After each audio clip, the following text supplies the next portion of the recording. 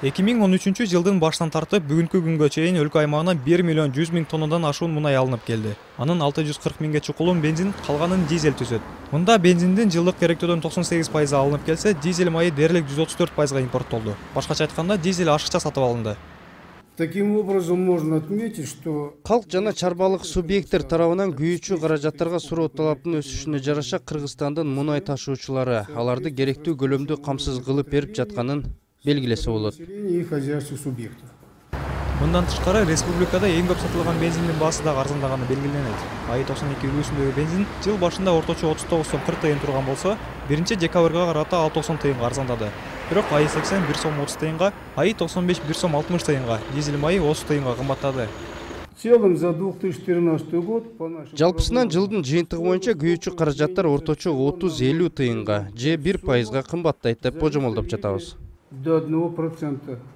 Дагы бир кызык жагдай. Бензинди Кыргызстан толугу менен Орусиядан сатып алат. Бирок баасы бизде бир топ төмөн. Мисалы Бишкекте 1 литри 43 сом 60 тыйын турган АИ-95 Орусияда сомго которгондо 5 сомго кымбатыраак келет.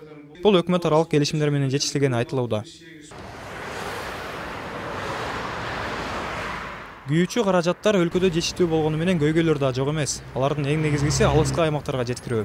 Баарынан да бензин менен дизелди Баткен облусуна алып баруу кыйынчылык жаратат. Борбордон эң алыска өрөөнгө күйүүчү каражат Өзбекстан аркылуу темир жол менен жеткирилет. Бирок өзбек тарап инфраструктуранын эскилигине шылтап вагондорду өткөрүүгө чектөө киргизип койгон. Учурда Өзбекстандын аймагында Кыргызстанга өтө албай 103 вагон турат. Баткенде бензиндин баасы Бишкектен орточо 3 сомго кымбат болууда.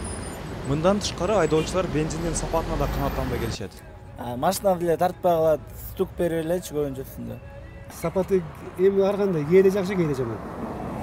Жаман болгондо кандай жаман болот дейсиңби? Машина жүрүшү дагы азайып, тартышы начар болуп калат экен. Бензин коесуң, бирок куюлгандай болбойт да. 1000 сом койсоң, бактын жарым эле болуп калат, примерно толук куюлбайт го деп ойлойм да.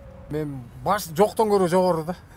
Кыргызстанда күйүүчү каражаттар тармагындагы дагы бир ири маселе Тажикстанга аткезчилик жолу менен ташылып жатканында.